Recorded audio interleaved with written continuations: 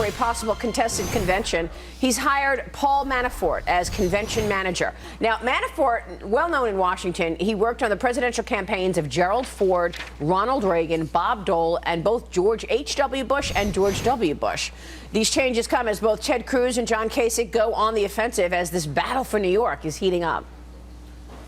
Our friends in the media tell us that Donald Trump is unstoppable in New York State. Oddly enough, our friends in the media are very comfortable with a New York liberal who has supported Andrew Cuomo and Hillary Clinton and Chuck Schumer for decades. So people think, well, we'll pick Trump because he's not a politician.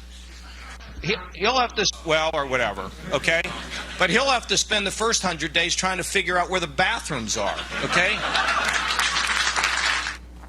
And joining us right now is former Giuliani presidential campaign aide Evan Siegfried and political commentator and attorney Danielle McLaughlin. Good to see you both. Thank you so much for joining us. Good morning. Let's talk about from your days with Giuliani, as you see a move like this, Trump bringing in the big gun Manafort and shaking up his campaign. What does that tell you? That tells me that Corey Lewandowski's falling out of favor because of everything that's happened. Trump did not do what he needed to do in the summer and early fall of organizing and really building a campaign to go the distance. And now he's playing catch up by hiring Manafort. Danielle, what do you think about that? I tend to agree. I think New York is probably inevitable for Trump, but I do see that the lack of a ground game, the lack of organization is going to be problematic for him going forward. And interesting that he makes this change day and going into such an important contest that is New York. And does it signal that the campaign is acknowledging that they're not going to get to 1237 before the convention, that the math increasingly is against him? He needs to get close to 70% of the remaining bound delegates to reach that level. And New York, there's so much focus on New York, and I get that and I know that, but if you look at other contests, it's much closer. And he needs to get to that 50% mark in the congressional districts in New York. But in Pennsylvania, and we talked about this yesterday, it's a much tighter race. Even if you look at California, he's got 36% of the vote right now in the Real Clear Politics average. Cruz is working on California, and he's at 28% right now. Yeah. So it's much closer. Yeah. I agree, and I think Wisconsin was really a problem for Donald Trump. He got so few delegates, and that people have talked about a tipping point or other things, and the march gets harder and harder and harder for him as we get closer. What's your take on the others? John Kasich, Ted Cruz? Well, in New York particularly, it looks like Kasich will come a distant second and Cruz will come a distant third. Not surprising. Trump has an enormous amount of support on Long Island, in the Rust Belt, and certainly in the New York City area and Long Island area. They're close to almost all of the delegates are from that because of the enormous amounts of population. It also doesn't help that Ted Cruz went out and he opposed Zadroga and Sandy Aid. And for New Yorkers, even New York Republicans, that does not sit well. He's never had a good relationship with New York. I agree.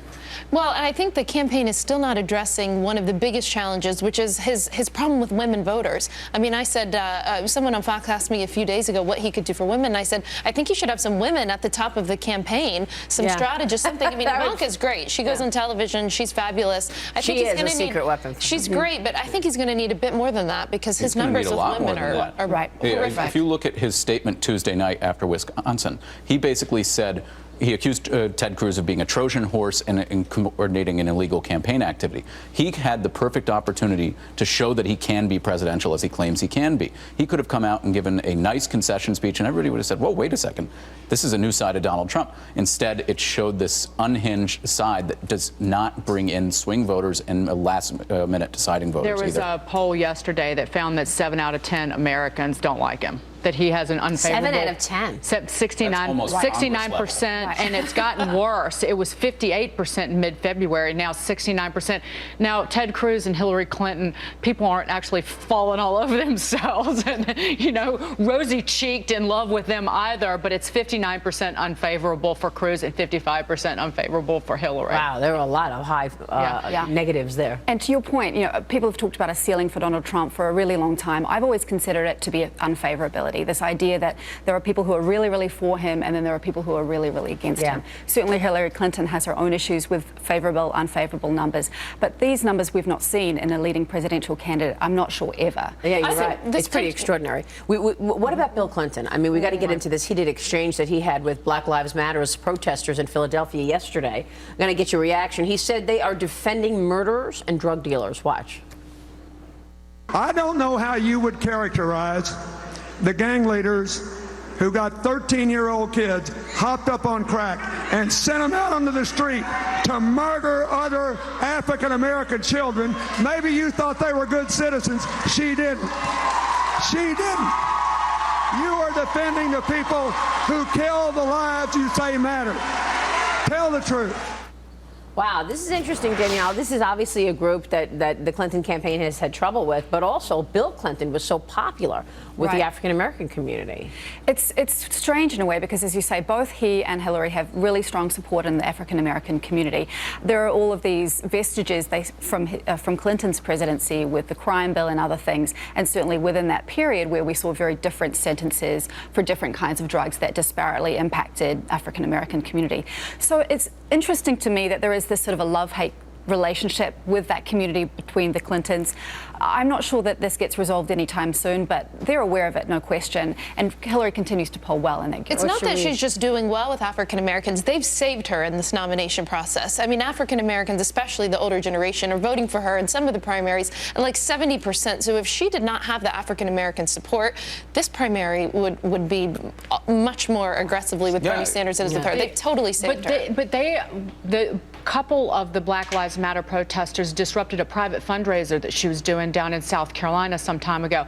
And it's related to a number of things. It's the 94 crime bill that you were talking about, the Violent Crime Control and Prevention Act, which the protesters say was disproportionate against black men. But it's also some language that she's used in the past, super predator, and also she said in reference to people at risk, young people, this is back in the mid-90s, but she said we have to bring them to heal.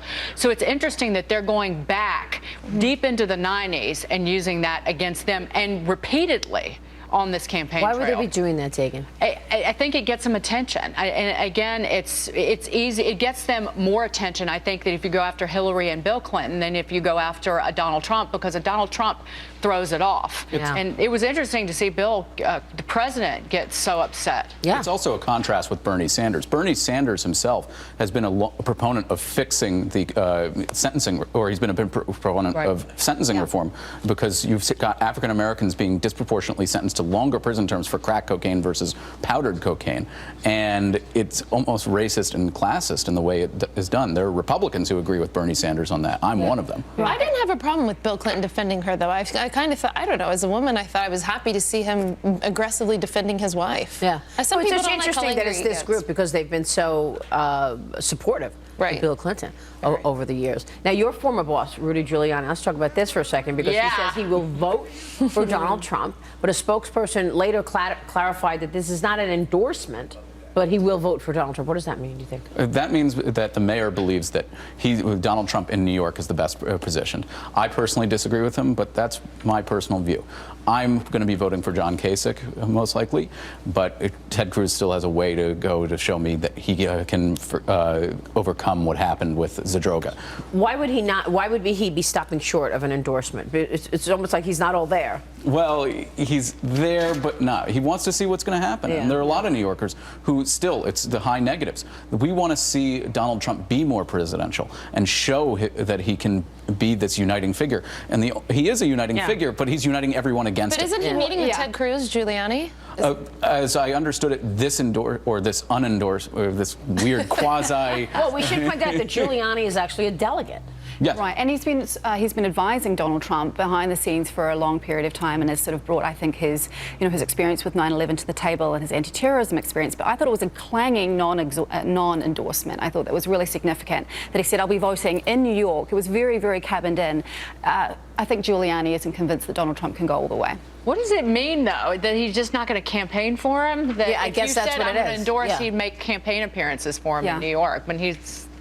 I just thought it was to other delegates, and he would be doing what needs to be done, I suppose, at the convention, as and when necessary. But it is clear that he's saying, look, anything can happen, right? And especially if he's meeting with Cruz. Exactly. This is an election that truly anything can happen. No question. Maybe your guy can do it, John Kasich. We'll see. Danielle, Evan, good to see you both. Thanks so much for joining us this morning. We appreciate it. A powerful tornado.